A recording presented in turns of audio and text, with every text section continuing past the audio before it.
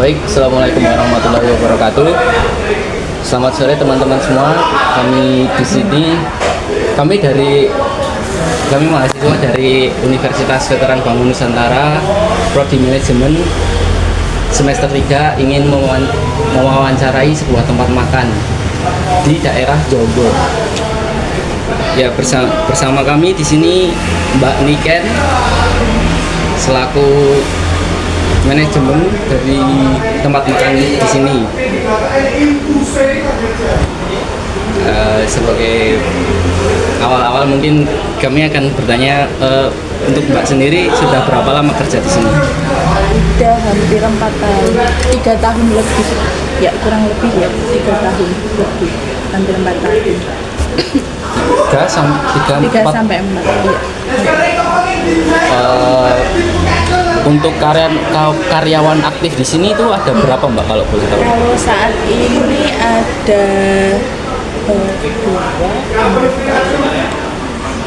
6 sama 6 yang karyawan masak. aktif. Ya, 6 orang saat ini. Untuk bagaimana kebijakan cuti ditetapkan di usaha ini jika ada karyawan yang harus mengambil cuti panjang karena sakit atau urusan keluarga? Oh, kalau di sini sebenarnya kalau libur kan dijatah 1 minggu sekali untuk setiap karyawan. Tapi semisal nggak ngambil libur atau 1 bulan ini mau full kerja terus boleh. Kalau semisal ada urusan seperti ini boleh sebenarnya, tapi dengan alasan yang jelas, semisal ada urusan keluarga yang seperti apa, atau mau izin ada kegiatan atau apa, yang penting izinnya dengan jelas. Jadi cuti panjang itu boleh selama ada alasan yang kuat, ya. Izin yang jelas. Ini kalau misalnya sebagai pemilik UMKM, 3 aspek apa yang paling penting yang Anda fokuskan agar karyawan yang bekerja di sini itu betah, produktif, dan termotivasi? Kalau itu yang pertama pengembangan sama pengakuan karyawan. Jadi karyawan nanti pasti dibimbing atau diberi arahan gimana sih cara kerja di Gemes. Terus semisal di belakang diarahkannya pasti masak, kalau di depan kan kasir sama buat minum, Mbak. Nah, kedua mungkin komunikasi dengan karyawan, antara owner dan karyawan itu dijaga dengan baik. Kalau di sini antara owner dan karyawan sebenarnya deket, Mbak. Jadi nggak ada jarak. Itu sama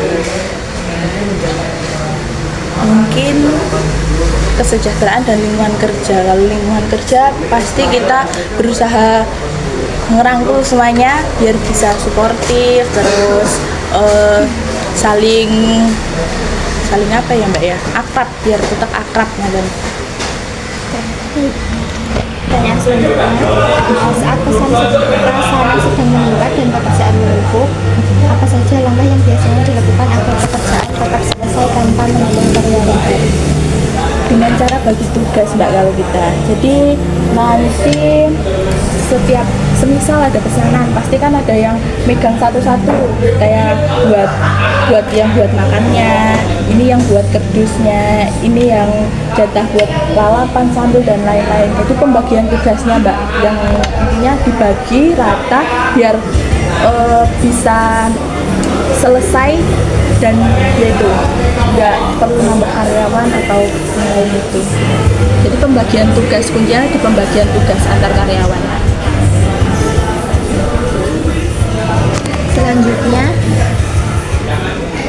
Selanjutnya, bagaimana proses perekrutan dan seleksi karyawan dilakukan di usaha ini? Proses seleksinya ya, Mbak.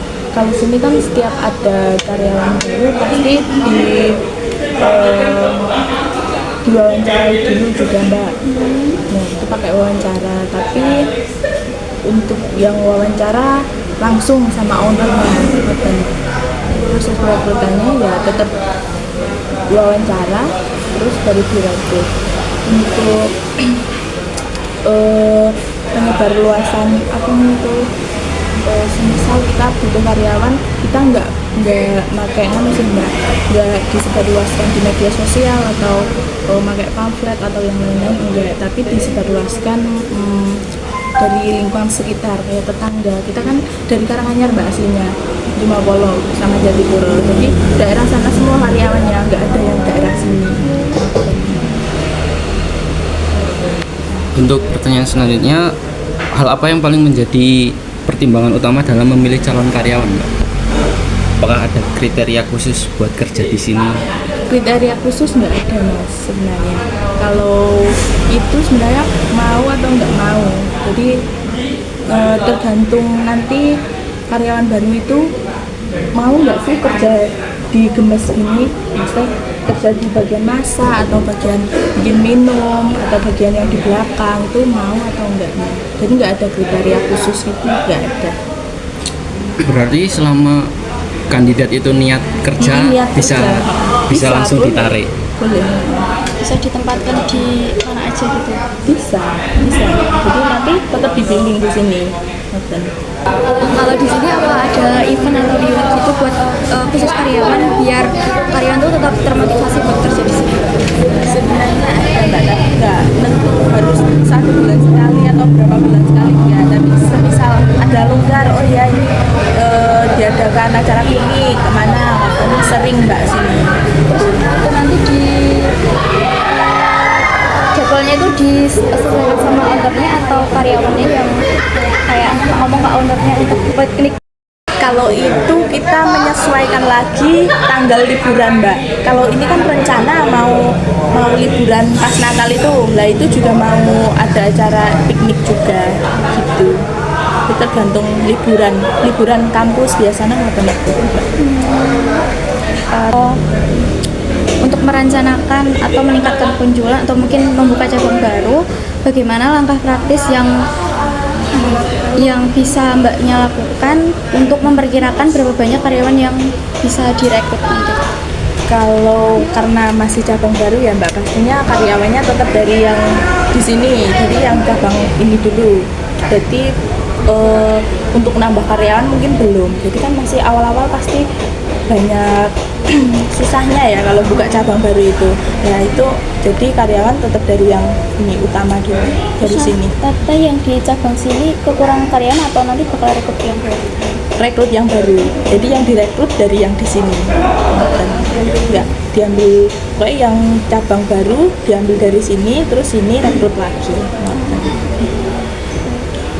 Pertanyaan yang terakhir itu, apa yang Anda lakukan kalau misalnya ada komplain dari pelanggan tentang kinerja karyawan yang mungkin agak buruk atau tidak ramah gitu kepada pelanggan? Apa mungkin Anda evaluasi atau gimana gitu? Yang pertama pasti dievaluasi dulu Mbak, ditanya ke yang bersangkutan. Semisal saya yang dikritik, berarti owner saya tanya sama saya sebenarnya apa yang terjadi, ngoten Mbak. Pasti nanti ya langsung cek CCTV juga, karena kan di sini juga dipantau CCTV Mbak. Jadi dari situ